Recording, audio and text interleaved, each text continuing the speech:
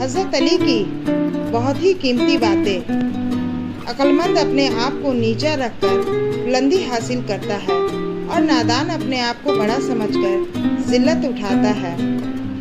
کم کھانے میں صحت ہے، کم بولنے میں سمجھداری ہے اور کم سونا عبادت ہے۔ مشکل ترین کام بہترین لوگوں کے حصے میں آتے ہیں کیونکہ وہ اسے حل کرنے کی صلاحیت رکھتے ہیں۔ جہاں تک ہو سکے لالچ سے بچو، لالچ میں ذلت ہی ذلت ہے۔ جو تمہاری خاموشی سے تمہاری تکلیف کا اندازہ نہ کر سکے، اس کے سامنے زبان سے اظہار کرنا صرف لفظوں کو برباد کرنا ہے۔ جس کی امیری اس کے لباس میں ہو وہ ہمیشہ فقیر رہے گا، اور جس کی امیری اس کے دل میں ہو وہ ہمیشہ سکھی رہے گا۔ اس انسان کے قریب رہو جو تمہیں خوش رکھے، لیکن اس انسان کے اور بھی قریب رکھو جو تمہارے بغیر خوش نہ رہ پائے۔ خوبصورت انسان سے محبت نہیں ہوتی، بلکہ جس انسان سے محبت ہوتی ہے وہ خوبصورت لگنے لگتا ہے۔ دولت کو قدموں کی خاک بنا کر رکھو، کیونکہ جب خاک سر پر لگتی ہے تو وہ قبر کہلاتی ہے۔ جھوٹ بول کر جیتنے سے بہتر ہے سچ بول کر ہار جاؤ۔ جب تمہاری مخالفت حد سے بڑھنے لگے تو سمجھ لو کہ اللہ تمہیں کوئی مقام دینے والا ہے۔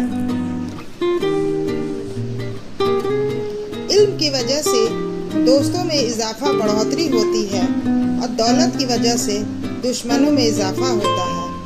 اگر کسی کے بارے میں جاننا چاہتے ہو تو پتہ کرو وہ شخص کس کے ساتھ اٹھتا بیٹھتا ہے۔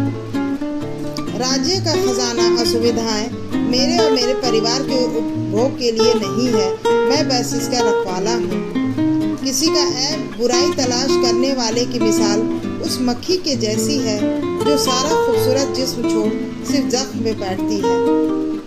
پورن وشواس کے ساتھ سونا سندیہ کی استھتی میں نماز پڑھنے سے بہتر ہے۔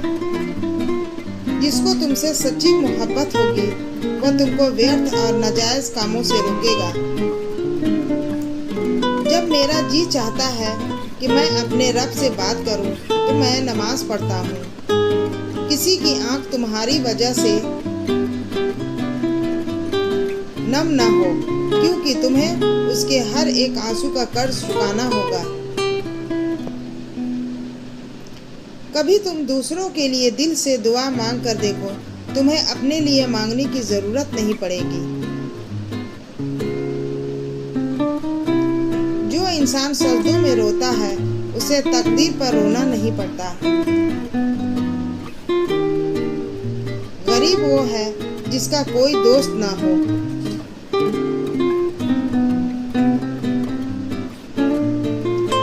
رزق کے پیچھے اپنا ایمان کبھی خراب مت کرو، کیونکہ نصیب کا رزق انسان کو ایسے تلاش کرتا ہے جیسے مرنے والے کو موت۔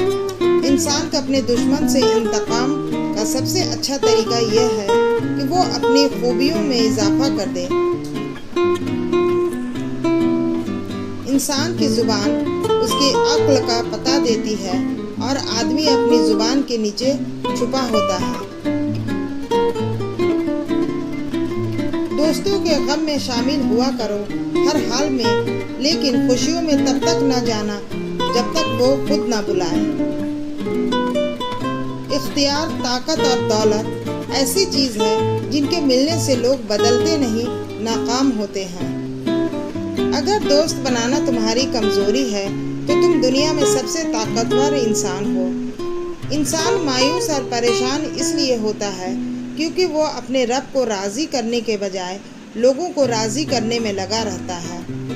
کبھی بھی اپنی جسمانی طاقت اور دولت پر بھروسہ نہ کرنا، کیونکہ بیماری اور غریبی آنے میں دیر نہیں لگتی۔